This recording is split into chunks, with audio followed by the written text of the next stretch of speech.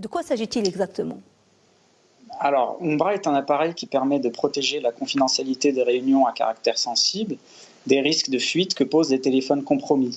Umbra se présente sous forme d'un caisson-valise que l'on place dans le lieu où se déroule la réunion. Les participants placent leur téléphone et montres connectées dans les compartiments dédiés à l'intérieur d'Umbra. Et lorsqu'elle est scellée, les appareils qui y sont stockés sont totalement neutralisés. Ils sont empêchés d'enregistrer des conversations et de communiquer entre eux ou avec le monde extérieur. Donc on a une double protection qui se fait tout en gardant les téléphones et montres connectées sous les yeux de leurs propriétaires. Est-il fiable à 100%? Parce que nous savons qu'il y a des logiciels qui ont malheureusement montré leurs limites et leurs défaillances. Est-ce qu'il est fiable à 100%, Umbra?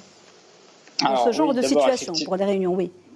Oui, je comprends bien. Oui. Alors d'abord, effectivement, les outils d'espionnage n'ont jamais été aussi accessibles qu'aujourd'hui. Il est effectivement fini le temps où il fallait de gros moyens d'interception qui n'existaient que chez les services de renseignement de grande puissance. Aujourd'hui, les outils d'espionnage sont non seulement plus accessibles, mais ils sont également très sophistiqués. Et leur niveau de sophistication est tel que, par exemple, avec les attaques qu'on appelle zéro clic, il suffit d'un numéro de téléphone pour compromettre un appareil et être littéralement assis à côté de la victime lors de ces échanges sensibles. Car on peut activer à distance les micros, les caméras, accéder bien évidemment aux données. Dans ce contexte-là, la spécificité d'Umbra est que c'est une solution de cybersécurité qui ne prend pas la forme d'un logiciel, mais plutôt d'un hardware qui forme une sorte de barrière physique. Donc ce choix repose justement sur le fait que le logiciel, comme vous le dites, est vulnérable par nature.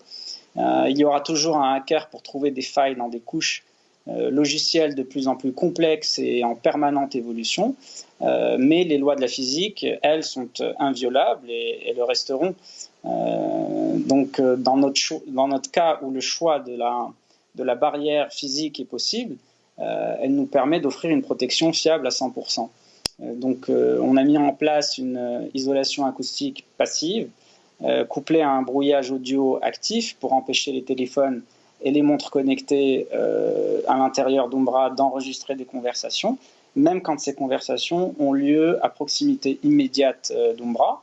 Et nous avons aussi mis en place une isolation électromagnétique au niveau des compartiments et aussi au niveau du caisson pour empêcher les appareils sécurisés d'effectuer tout type de transmission. Nous avons aussi voulu rendre cette protection de niveau militaire accessible à un grand nombre d'acteurs.